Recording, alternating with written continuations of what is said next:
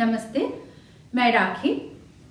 Last episode में हम discuss किए थे कि हम fraction to decimal conversion discuss करेंगे ऑक्सिलरी फ्रैक्शन मेथड और सहायक मेथड से। इस मेथड अप्लाई करने का एक कंडीशन है। कंडीशन ये है कि इसका जो डिनोमिनेटर होगा वो वन एंडिंग नंबर होगा। दैट मीन्स फ्रैक्शन का फॉर्म क्या हो सकता है। सपोज 3/71, 4/61 या 5/91, इस तरह का फ्रैक्शन अगर आएगा तो हम इस वाले ऑक्सिलरी फ्रैक्शन मेथड से हम इस प्रोसेस को सॉल्व करेंगे। तो इस प्रोसेस को डिस्कस करने से पहले मैं आज भी मेरे व्यूअर्स को एक रिक्वेस्ट करना चाहती हूँ कि आप लोग प्लीज़ पूरे वीडियो को देखिए, तभी आप लोगों को इस प्रोसेस को भी अच्छी तरह से समझ में आएगा और इसका एप्लीकेशन भी आप लोगों को अच्छी तरह से समझ में आ जाएगा। तो अभी हम सीधे सम पे चलते हैं। सबसे फर्स्ट सम आज का जो है दैट इज 4/21। 4/21 का सबसे पहले हमें ऑक्सिलरी फ्रैक्शन निकालना पड़ेगा।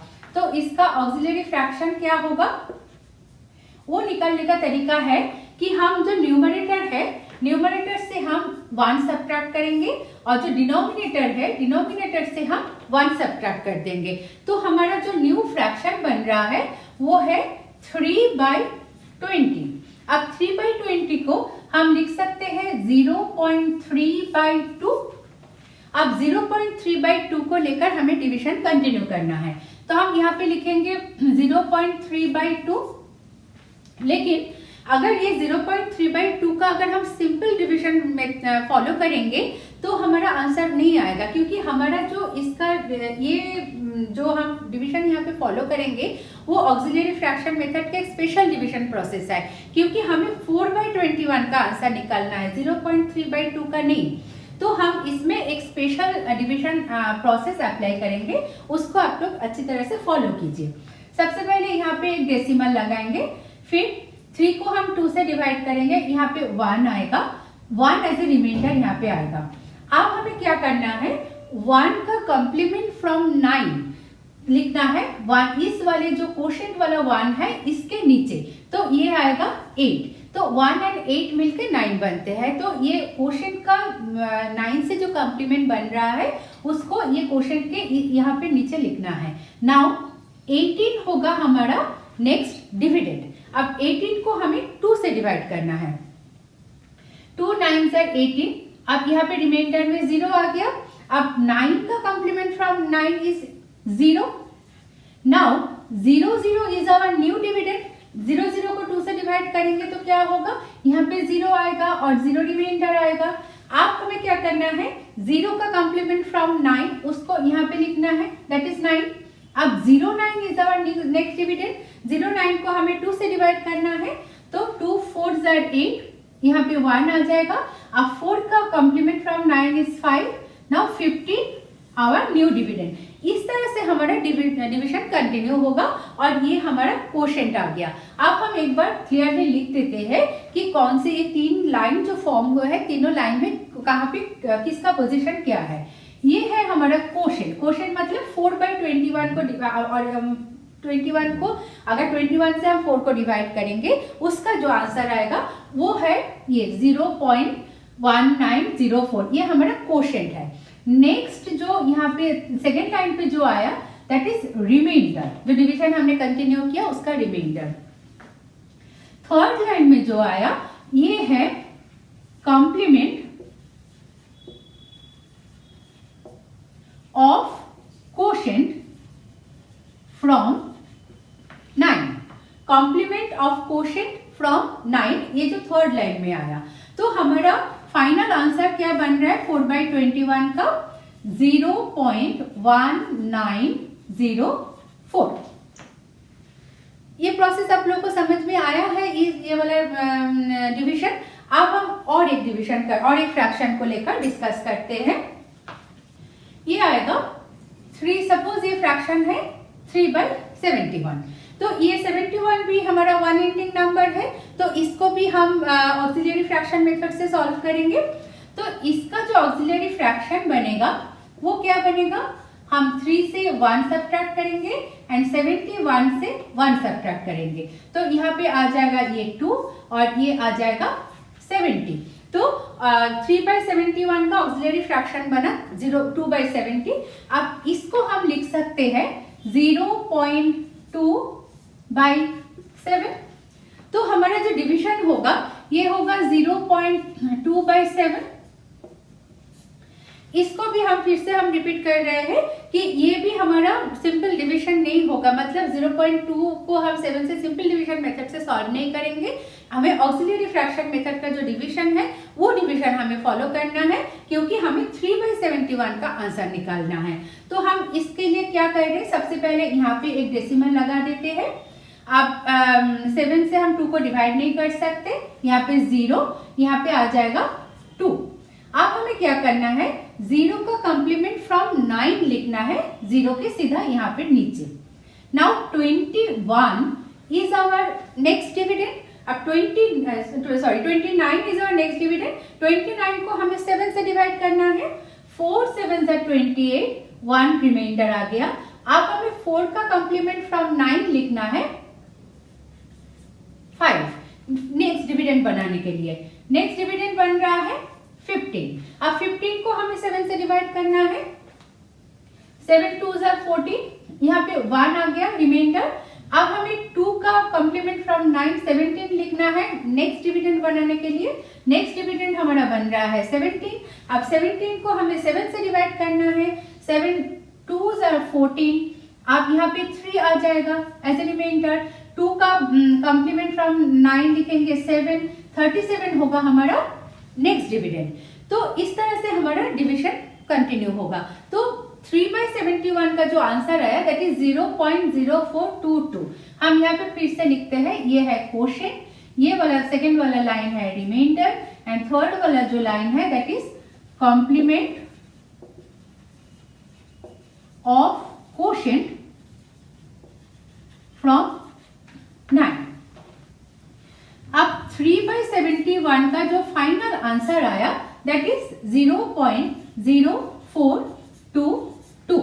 तो हम एक बार यहाँ पे बोलते हैं, बोल लेते हैं कि 71 से डिवीजन हमने नहीं किया। इसको अवॉइड करने के लिए हमने ऑक्सिलरी फ्रैक्शन मेथड को अप्लाई किया, जिसमें हमने सिंगल डिजिट से डिवीजन को कंटिन्यू किया है, जो हमारे लिए आसान हो गया। लेकिन ये वाला डिवीजन को कंटिन्यू करने के लिए आप लोगों को ये वाला प्रोसेस को अच्छी तरह से फॉलो करना पड़ेगा, और मैक्सिमम 2 या 3 सम आप लोगों को प्रैक्टिस करना पड़ेगा। उसके बाद आप लोगों को ये बहुत अच्छी तरह से आ जाएगा। और कोई भी नॉर्मल कैंडिडेट से पहले, अगर कोई कॉम्पिटिटिव एग्जाम में आपको ये सॉल्व करना है, कोई भी नॉर्मल कैंडिडेट जो नॉर्मल प्रोसेस पे ये सम को सॉल्व करेगा, उससे एटलीस्ट 1/3 टाइम में आप ये सम को सॉल्व कर सकते हैं। इतना टाइम आप सेव कर सकते हैं।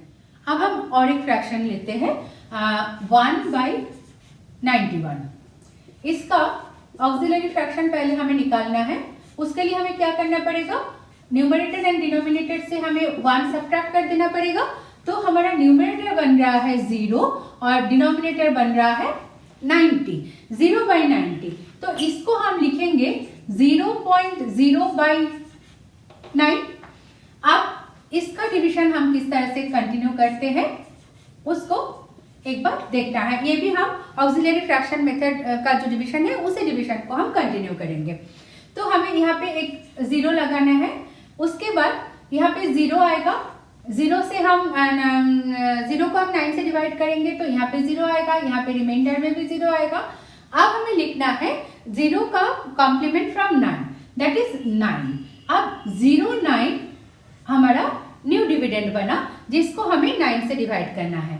तो 9 1s are 9, यहाँ पे 0 आ गया। अब हमें 1 का कॉम्प्लीमेंट लिखना है फ्रॉम 9 डिवीजन को कंटिन्यू करने के लिए। तो यहाँ पे बन गया 8 लिखा। Now 0.8 is our new dividend, जिसको हमें 9 से डिवाइड करना है। दिस इज नॉट पॉसिबल, तो हम यहाँ पे 0 लिखेंगे और यहाँ पे 8 एज ए रिमाइंडर आ गया। अब 0 का कॉम्प्लीमेंट फ्रॉम 9, यहाँ पे 9 लिखेंगे और नाउ 89 होगा हमारा न्यू डिविडेंड, जिसको हमें 9 से डिवाइड करना है। नाउ 9 9s are 81, यहाँ पे आ गया हमारा 8 रिमाइंडर और यहाँ पे 9 का कॉम्प्लीमेंट फ्रॉम 9 इज 0। अब 80 होगा नेक्स्ट डिविडेंड और इस तरह से हम डिवीजन को कंटिन्यू कर सकते हैं। तो हमारा फिर अभी क्या बन रहा है, ये हो गया हमारा क्वोशिएंट, ये लाइन हो गया रिमाइंडर, और ये वाला लाइन जो लास्ट लाइन है ये है कॉम्प्लीमेंट ऑफ क्वोशिएंट फ्रॉम 9। तो 1/91 का जो आंसर आया है वो है 0.0109। ये कंटिन्यू हो सकता है अगर हम डिवीजन को कंटिन्यू करते हैं। तो अभी हमने जितने भी फ्रैक्शन टू डेसिमल कन्वर्शन हमने जितने एपिसोड में हम डिस्कस कर रहे थे उसमें हम देख रहे थे कि हमें थोड़ा सा थिंकिंग प्रोसेस को अप्लाई करना है कि हमें normal fraction to decimal conversion में हमारा जो नॉर्मल डिवीजन है वो डिवीजन को हम अवॉइड कर सकते हैं। सिंपल तरीके से वैदिक मेथड यूज करके हम सिंपल तरीके से हम डिवीजन को कर सकते हैं अगर हम उस फ्रैक्शन को हमारे सुविधा के हिसाब से हम कन्वर्ट कर लेते हैं। तो हम और कुछ आइडिया उसके रिलेटेड हम कुछ आइडिया दे देते हैं। सपोज हमारे पास एक नंबर है 3/13। इसको देखिए हम दो तरीके से इसको सॉल्व कर सकते हैं। एक हम कर सकते हैं 3 को हम 3 से मल्टीप्लाई कर लेते हैं, 13 को भी हम 3 से मल्टीप्लाई कर लेते हैं। तो ये क्या बन जाएगा 9/39। ये हमने क्यों किया, हम डिनोमिनेटर को 9 एंडिंग नंबर बना लिया तो हम इसको सॉल्व कर सकते हैं एकाधिकरण पूर्वना मेथड से। ये हमारा एक प्रोसेस हो गया। और एक प्रोसेस है अगर हम इसको 7 से मल्टीप्लाई कर देते हैं तो क्या होगा, 7 से ऊपर नीचे मल्टीप्लाई कर देने से ये हो जाएगा 21 और ये हो जाएगा 91। ये हमने क्यों किया, क्योंकि अगर हम चाहते हैं इसको हम ऑक्सिलरी फ्रैक्शन मेथड से सॉल्व करेंगे तो हम इसको 7 से मल्टीप्लाई करेंगे। तो जो भी प्रोसेस हमारे लिए कंफर्टेबल है हम कोई भी एक प्रोसेस से हम इसको सॉल्व कर सकते हैं, हमें सेम आंसर मिल जाएगा। अगर हमारे पास सपोज एक नंबर है 4/17, इसके लिए भी हम क्या कर सकते हैं, देखिए 7 को हम अगर चाहते हैं कि 1 एंडिंग नंबर बनाए तो हम इसको 3 से मल्टीप्लाई करेंगे। तो 4 × 3 17 × 3 तो ये हो जाएगा 12 और ये हो जाएगा 51। तो इसको हम कर सकते हैं ऑक्सिलरी मेथड से, हम इस फ्रैक्शन टू डेसिमल कन्वर्शन को हम आसानी से सॉल्व कर सकते हैं। और अगर हम चाहते हैं कि इसको हम एकाधिकरण पूर्वना रूल से सॉल्व करेंगे तो हम क्या करेंगे, 4 को 7 से एंड 17 को हम 7 से मल्टीप्लाई करेंगे। तो ये हो जाएगा 28, ये हो जाएगा 119। तो ये 9 एंडिंग नंबर हो गया। ये इसको हम सॉल्व कर सकते हैं एकाधिकरण पूर्वना रूल से। तो आप देखिए सिर्फ थोड़ा सा हम अगर थिंकिंग प्रोसेस को अप्लाई करते हैं और हम थोड़ा सा प्रैक्टिस कर लेते हैं ये डिवीजन को, ये प्रोसेस को कैसे कन्वर्ट करेंगे, थोड़ा सा प्रैक्टिस अगर हम कर लेते हैं तो हम कोई फ्रैक्शन को बहुत अच्छी तरह से हम आसानी से वैदिक सिस्टम में आसानी से हम सॉल्व कर सकते हैं। जो हमारा मेन टारगेट है कि हम कैलकुलेशन को कैसे आसान बना सकते हैं। तो आज का एपिसोड आप लोगों को समझ में आ गया होगा। तो अगर कोई भी डाउट है आप लोग ज़रूर कमेंट सेक्शन में लिखिए। अगर कैसे लग रहा है वीडियो वो भी आप लोग प्लीज़ कमेंट सेक्शन में कमेंट लिखिए। नेक्स्ट एपिसोड में भी हम ऑक्सिलरी फ्रैक्शन मेथड और सहायक मेथड लेकर ही डिस्कस करेंगे, जिसमें डिनोमिनेटर होगा 3 डिजिट एंड अबव 3 डिजिट, मतलब 3 डिजिट भी होगा और 3 डिजिट से ज़्यादा भी होगा। तो उसको हम कैसे ऑक्सिलरी फ्रैक्शन मेथड से सॉल्व कर सकते हैं उसको लेकर हम डिस्कस करेंगे। आज का एपिसोड यहीं पे ख़त्म करते हैं। नेक्स्ट एपिसोड में फिर से मिलेंगे। तब तक के लिए स्टे सेफ। नमस्ते।